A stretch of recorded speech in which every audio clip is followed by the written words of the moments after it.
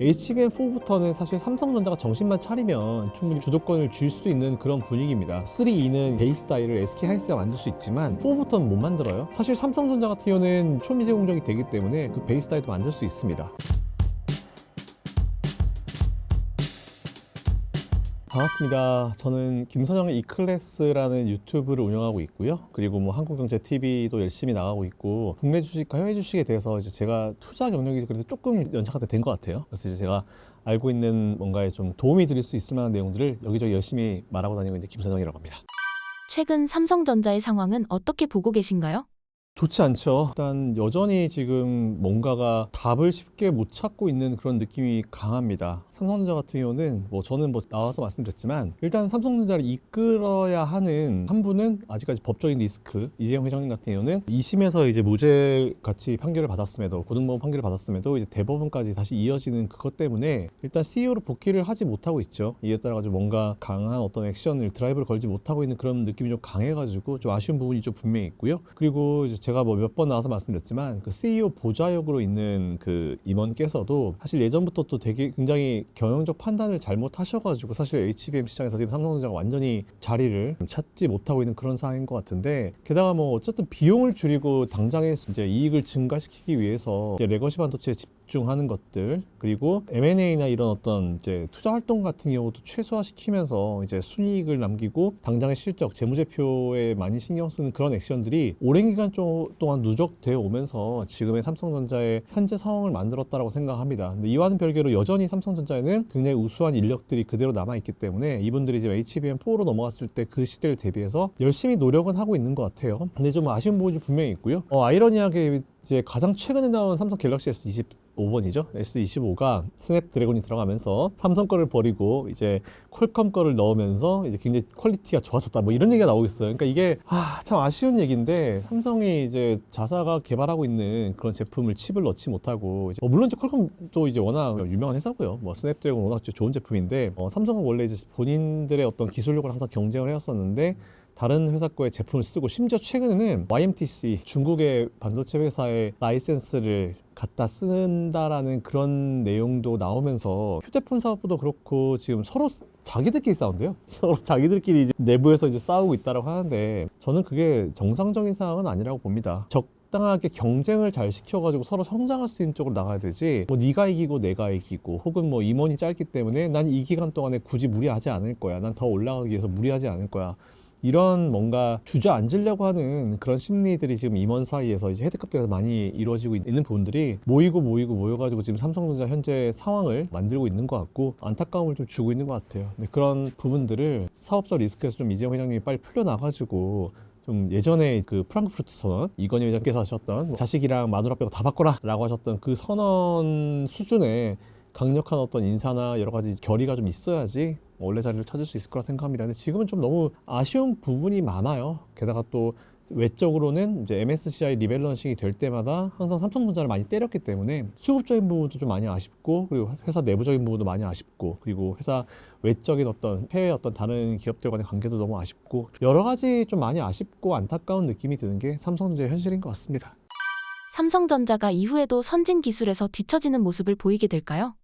일단은 SK하이닉스가 HBM 시장에서는 당분간 어지간해서는 앞자리를 안 뺏길 것 같아요. 근데 제가 자주 또 말씀드렸었지만, 지금까지 HBM3E까지의 시기와 그 다음 세대가 이제 HBM4인데, HBM4부터는 사실 삼성전자가 정신만 차리면 충분히 뭔가 주도권을 쥘 수 있는 그런 분위기입니다. 일단 완전히 반도체 자체가 다른 반도체로 가게 되고, 3E는 이제 그 밑에 있는 베이스 다이를 SK하이닉스가 만들 수 있지만 4부터는 못 만들어요. 근데 이제 4가 왜 못 만드냐면 초미세 공정이 들어가기 때문에 SK하이닉스는 못 해가지고 그걸 이제 TSMC한테 맡겼죠. 그 TSMC가 베이스 다이를 만들어주면은, 로직 다이를 만들어주면 그 위에 이제 HBM을 쌓는 방식인데, 사실 삼성전자 같은 경우는 이제 초미세 공정이 되기 때문에 그 베이스 다이도 만들 수 있습니다. 그러니까 아예 다이부터 시작해서 쌓는 것까지 삼성전자 다 할 수 있죠. 근데 오히려 SK하이닉스는 다이를 못 만들기 때문에 그걸 돈 주고 이제 TSMC한테 사와야 되는 입장이에요. 그렇기 때문에 비용적인 측면에서 봤을 때 삼성전자가 더 우세함을 가질 수 있습니다, 분명히. 근데 이제 그 시기를 과연 삼성전자가 어떻게 지금 현재 상황을 잘 타게 하냐에 따라 달라질 수 있을 것 같은데,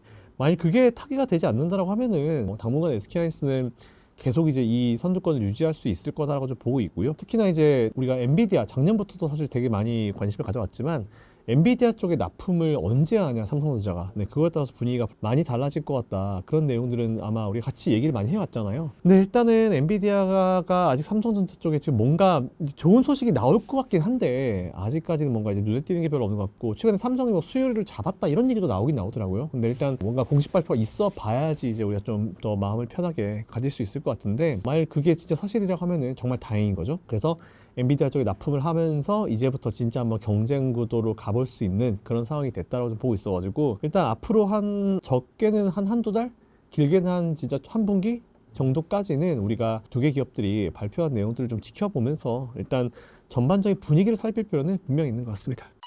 전 세계 반도체 시장 업황은 어떻게 보고 계신가요? 일단 저는 AI는 달라요. 뭐 여러 가지 최근에 AI 붐이 불었죠. 그리고 나서 이제 AI가 거품이 꼈다 안 꼈다 뭐 이런 얘기들이 되게 많이 나오고는 있는데, 일단 제가 봤을 때는 진짜 거품이 껴가지고 단기간 내에 끝나는 그런 업종이라고 하면은 기본적으로 일단 정말 그 밑에 다양한 업종과 다양한 어떤 이제 파생되는 업종과 테마를 만들지 않습니다. 근데 아시겠지만 AI라는 테마 그 밑에 냉각, 액침 냉각 기술도 있고 AI 데이터 센터도 있고 전력 관련도 있고 전선 관련도 있고 정말 수십 개 수백 개가 나와 있잖아요. 그 얘기는 AI라는 이 업종 자체가 이미 뭐 완전히 대세를 이끌 만한 미래를 이끌 만한 이제 업종으로 떠올랐고, 거기에 또 많은 기업들이 또 투자를 하고 있다는 부분 자체가 굉장히 좀 중요한 포인트다라고 좀 생각할 수 있는 대목일 것 같아요. 그러다 보면은 당연히 AI에 들어가는 모든 칩이나 뭐 데이터 센터라든지 모든 것들에 대한 수요는 당분간은 뭐 계속 유지가 되고 상승할 수는 충분히 있을 것 같다라는 그런 생각을 가지고 있는데, 최근에 느낀 건 좀 그런 거 느꼈어요. 서로 이제 미국이나 중국이나 유럽이나 서로 이제 기술 가지고 더 낮은 가격에 더 좋은 기술을 내려고 되게 노력을 많이 하고 있잖아요. 결국 소비자들이 원하는 것도 높은 수준의 기술을 싸게 이용할 수 있는 그런 서비스인데, 최근 딥시크가 굉장히 큰 영향을 해줬죠. 다른 거 다 둘째 쳐놓고 일단은 딥시크가 굉장히 높은 수준의 이제 AI 기능을 보여줬다. 하지만 개발 비용은 일반 미국 기업에 비하면 정말 수십 분의 1밖에 안 된다. 이런 내용이 나왔어요. 지난 우리 설날이었죠.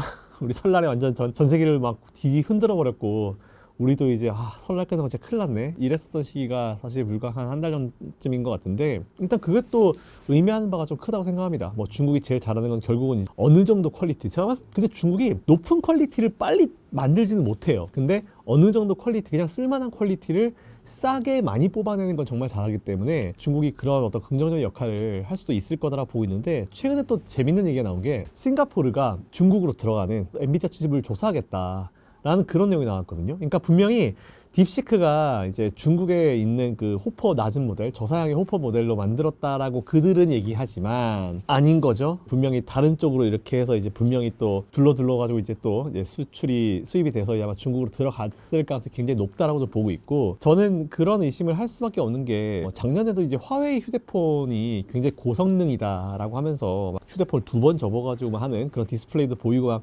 난리도 아니었었는데, 재밌는 거는 그 화웨이 폰을 이렇게 열어보니까 그 안에 SK 하이닉스 칩이 들어있었습니다. SK 하이닉스는 한 번도 중국에 판 적이 없는데 거기 칩이 있었죠. 그래서 제가 그때 화웨이 휴대폰이 과연 삼성이나 애플한테 큰 영향을 줄까요? 라고 물어봤을 때 제가 뭐라고 그랬냐면은 절대 주지 않을 겁니다. 왜? 화웨이는 일단 뭐 판매량이 얼마 되는 게 중요한 게 아니고 생산이 원활하게 나오는지 일단 그거부터 봐봐라. 내가 봤을 때 생산도 안 된다. 왜냐면 그런 칩이 많아야지 생산이 되는데, 어디서 휴대폰 하나 사와가지고 거기서 SK 하이닉스 칩 몇 개 뽑아가지고 그거를 이제 만든 것 같은데, 아니면 우회 수입을 해가지고 만든 것 같은데, 거기에는 분명히 한계점이 올 것이고, 그러다 보니까 휴대폰 가격이 높겠죠, 당연히. 그런 상황이어가지고 이번에도 제가 봤을 때는 물론 이제 중국에 굉장히 뛰어난 인재들이 많습니다. 뭐 중국이 공학 쪽, 이제 공대 쪽에 굉장히 많은 투자와 지원을 하면서 거의 뭐 공대 상위 랭크를 중국 대학교들이 다 찾아오고 있더라고요. 공대 쪽에 엄청난 투자를 해서 이제 기술력을 높여가고 있는 건 맞긴 맞지만, 기술력과는 별개로 사람이 그 기술을 연산을 할 수는 없잖아요. 그렇기 때문에 그 연산 속도가 올라가는 그 칩이 꼭 필요한 상황인데,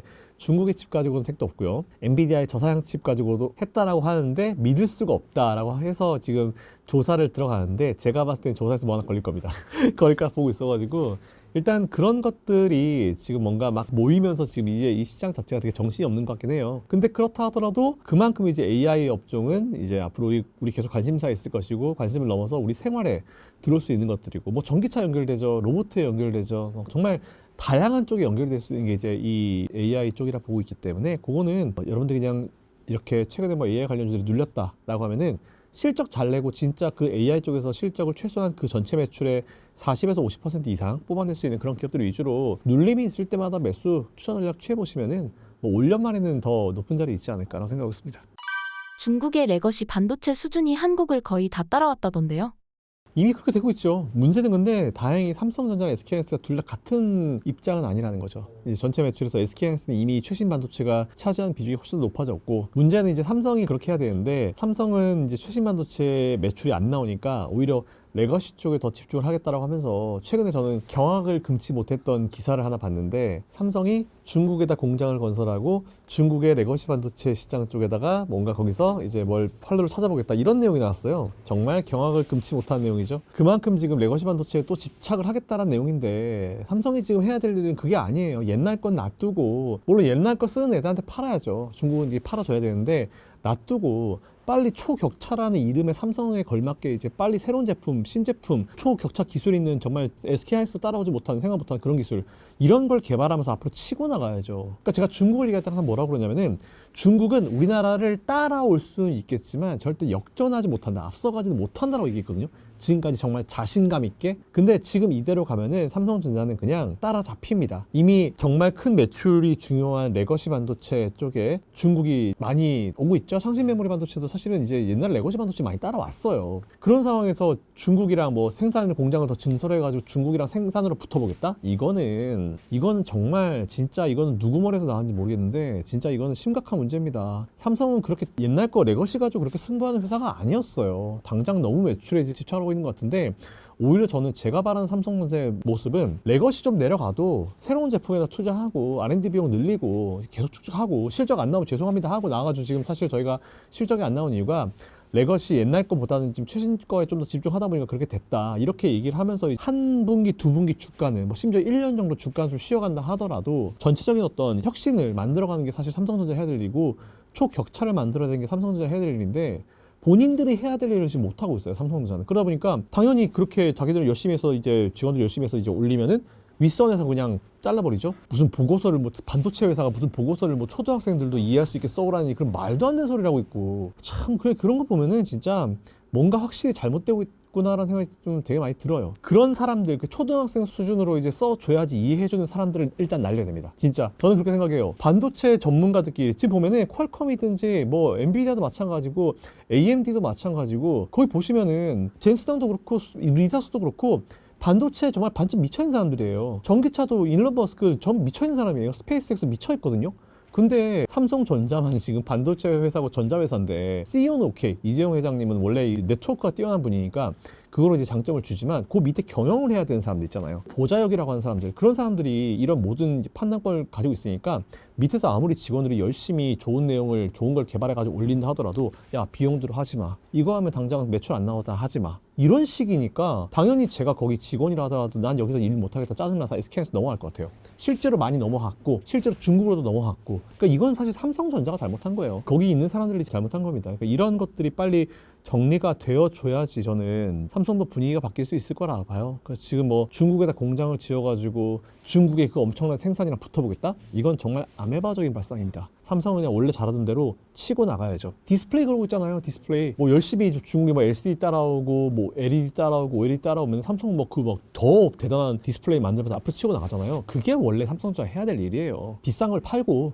그리고 이제 그렇다 하더라도 일반 좀 오래된 디스플레이 같은 경우도 OLED 같은 것도 좋은 퀄리티로 이렇게 붙어주고 이렇게 해야 되는데, 그게 좀 안 돼가지고 좀 되게 아쉬운 부분이 분명히 있습니다. 그래서 저는 삼성이 뭐 파운드리 사업부 이쪽 레거시 반도체가 중국에서 뭐 사업 속도를 내고 있다, 이게 어떻게 영향을 줄 것 같나, 정말 아메바적인 발상이고 삼성의 미래를 봤을 때는 정말 좋지 못한 판단이다 라고 생각합니다. 근데 사실 이런 만행을 저지르고 있다는 거를 우리 주주들이 안 진 얼마 안 됐죠. 설마 썰로 남았는데 썰이 아니더라, 이게 팩트더라, 이런 식이니까. 그래서 어쨌든 뭐 지금 그렇다 하더라도 삼성전자 같은 경우는 우리나라 제일 중요한 기업이에요. 그리고 위에서 이제 그 의견들을 잘라주는 사람들이 문제인 거지, 그 밑에 있는 직원들은 여전히 이제 엘리트 직원들입니다. 대단한 직원들이고, 직원들이 이제 이 우수한 회사이기 때문에 저는 사실 제가 바라는 삼성전자는 그냥 그 열심히 한 직원들한테, 테슬라가 그렇대요. 테슬라나 아니면은 엔비디아 같은 회사들 있잖아요. 거기는 너희 열심히 일해, 밥 먹어? 그냥 시켜 먹어, 여기서 다 먹어, 그냥 알아서 다 먹는 거 입는 거 회사에서 다 책임져 줄 테니까 너희는 열심히만 일만 해줘, 딱 이거래요. 연봉 인센티브, 뭐 엔비디아만 하더라도 주식만 가지고 있는 직원들 막 초거부가 됐잖아요. 그런 것처럼 삼성전자에도 그런 게 필요하다 생각합니다. 저는 잘하는 직원들한테 인센티브 엄청 줘가지고 다른 사람들은 또 더 열심히 할 수 있는 요인을 만들어야 되고, 특히나 우리나라 민족들이 얼마나 똑똑해요. 바보 같을 정도로 진짜 갈아 넣는 사람들이거든요. 저도 마찬가지지만 우리나라 사람들 정말 열심히 살잖아요. 조금만 챙겨주고 그들의 인생을 책임져 준다라고 하면은 우리나라 사람들은 제가 봤을 때는 이 능력이나 인재풀은 떨어지지 않습니다. 그래서 일단 이런 것들이 좀 잘 됐으면 좋겠다라는 생각을 가지고 있고, 어쨌든 삼성전자는 뭐 중장기적으로 봤을 때는 그래도 너무 많이 내려왔기 때문에 지금은 계속 관심 가지셔도 되는 시점이에요. 여기서 뭐 더 이상 터질 게 없습니다. 사실은 더 이상 터질 게 없을 정도로 많이 내려왔기 때문에 지금은 이제 괜찮다. 네, 이렇게 정리하면 될 것 같습니다.